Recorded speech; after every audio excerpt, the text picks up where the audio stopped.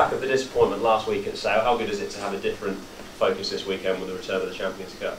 Yeah, it's a bit refreshing. I think obviously the lads are pretty disappointed with the result last week. I think in general the past 2 or 3 weeks we've kind of slipped in form, but we've still been managing to pick up victories. So it's kind of been overshadowing some factors that we've may need to work on. So I think in hindsight the losses really give us a kick up the backside. We're really working hard this week on putting our defensive structures in play, and we're really excited about moving on into Europe now.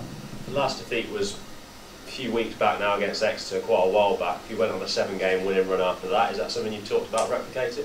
No, not at all. I think obviously moving into a different competition, world-class opponents. I think it's just about getting our game plan right, going back to our basics, and doing what we're good at. This qualification from this pool is still not totally clear, but you know that if you win both games, you'll be through. How good is it to have that fate in your own hands?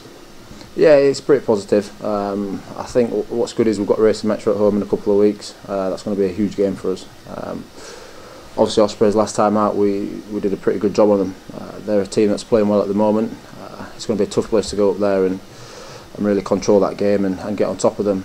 They've got, like I said before, they've got world-class players in Dan Bigger and Reece Webb. So we saw at the weekend with Cipriani and their half-backs that we gave them too much time and space on the ball. So that's an area that we'll really try and shut down this week.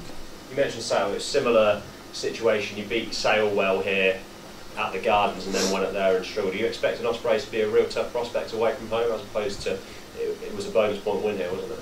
Yeah, definitely. I think one thing this team does well is react. I think after the Exeter game we really reacted well. The last thing we want to do is lose 2 games on the bounce, because we're not about that as a group of players. So it's going to be a tough encounter. They're playing well.